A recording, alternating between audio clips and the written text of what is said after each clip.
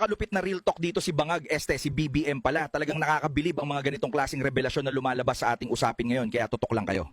Kung hindi ko sinabi yung sinabi ko sa SONA, wala tayong pinag-uusapan na ganito. I'm the one who exposed all of this. And I'm the only one that has started to do anything about this. Bakit? Ang mga nakaramba na Pangulo, may nakita ba kayong ginawang ganon? Meron ba silang kinulong? Meron ba silang finish na account? Meron ba silang mga investigasyon na ginawa? Wala. Sa akin lang. Tapos sasabihin, ako daw ang may kagagawan. Eh kung talagang racket ko yun, ba't ko sisirain yung racket ko? Di ba? That makes absolutely no sense. Kundi daw sinabi ni Bangag sa SONA, yung mga sinabi niya, wala daw sana tayong pinag-uusapan na ganito ngayon. Ulul. Mali! Kung hindi ka magnanakaw, 10 ng mga kasama mo, wala tayong pinag-uusapang ganito ngayon.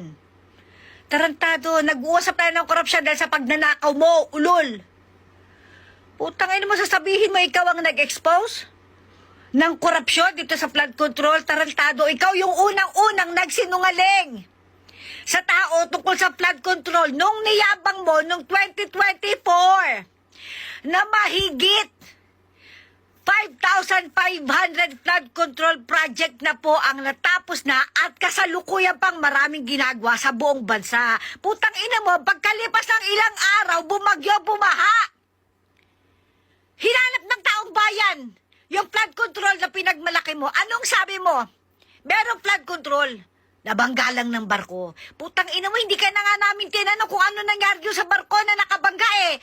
Pinagbayad nyo ba yung kumpanya na nakabangga sa flood control na sinasabi mo, putang ina mo ka? Nung sumunod na naman, nagkaroon na naman ng baha. Hinanap na naman ng flood control. Anong sabi mo? May flood control na overwhelmed lang, putang ina mo. Ang nag-expose sa kawalang hiyaan mo ay ang Diyos mismo. Dahil pagkatapos mong i-announce pagmalaki, yung achievement mo na flood control na more than 5,500 at kasalukuyang marami pang ginagawa sa bansa, bumaha. Ang korupsyon, kung maalala nyo din, kay Sara Duterte, unang-unang nanggaling.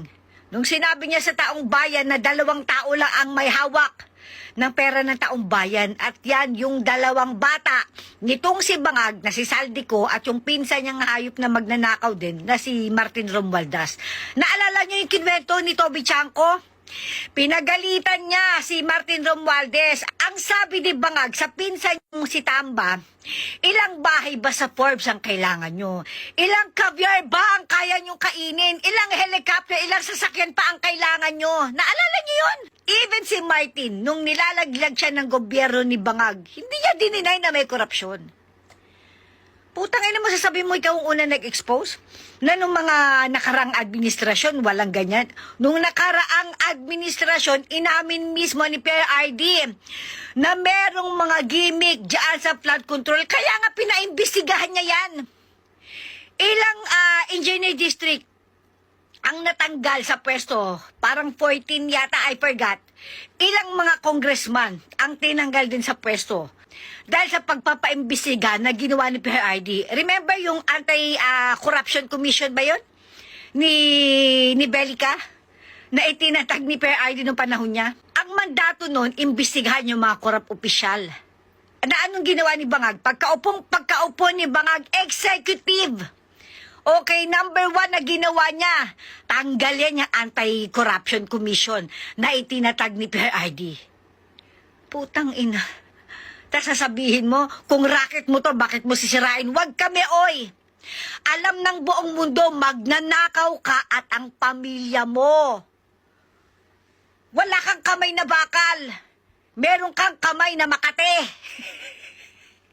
Hayop ka, ang kati ng kamay mo. Parang yung gilagid mo, lagi nangangate, gigil na gigil, lumalaban. Putang ina mo, hindi mo kami mauto. Nasa iyo ang pera, nasa iyo ang kapangyarihan, walang magawa ang mga tao. Isang araw kakarmahin ka, Diyos na ang bahala sa iyo, hayop ka. Putang ina ka, hayop na daw sa iyo.